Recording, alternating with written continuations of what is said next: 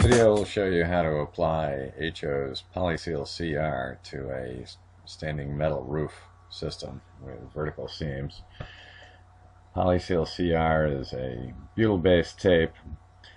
Consists of a very aggressive butyl adhesive backing with a cloth Santera fabric, which is designed to accept the direct coating system itself.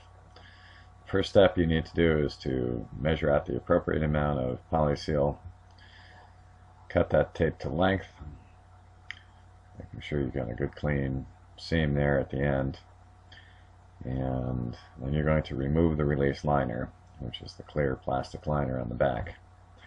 That'll expose the butyl adhesive.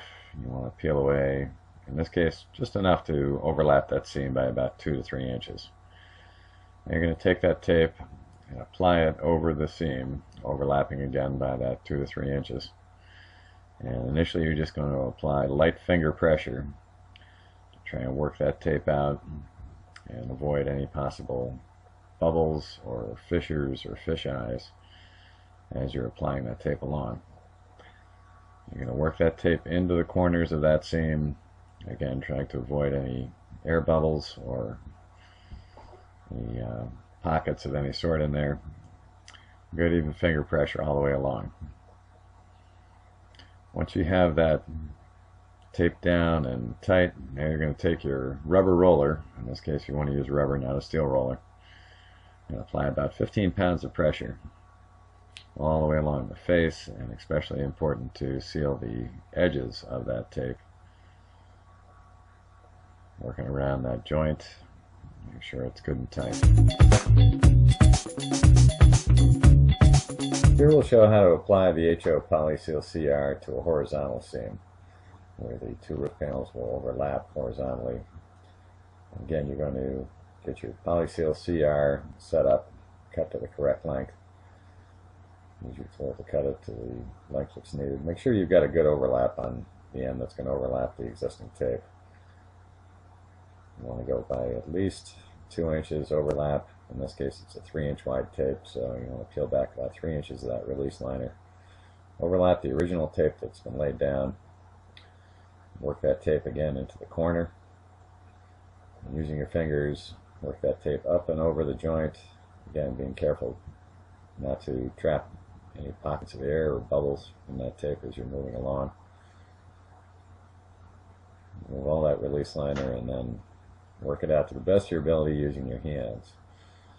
This is a little trickier. You're going to need to use your roller to work out any of the gaps or open areas that may have been created when you did this.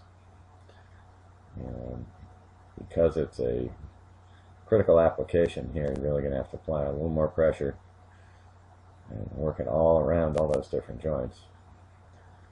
And you can see there's plenty of pressure being applied here. The critical thing is to get those joints as tight as possible.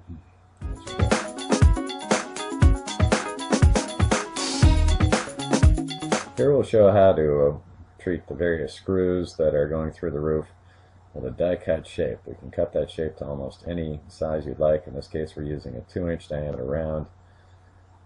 That die cut shape will be removed from the release liner and then applied.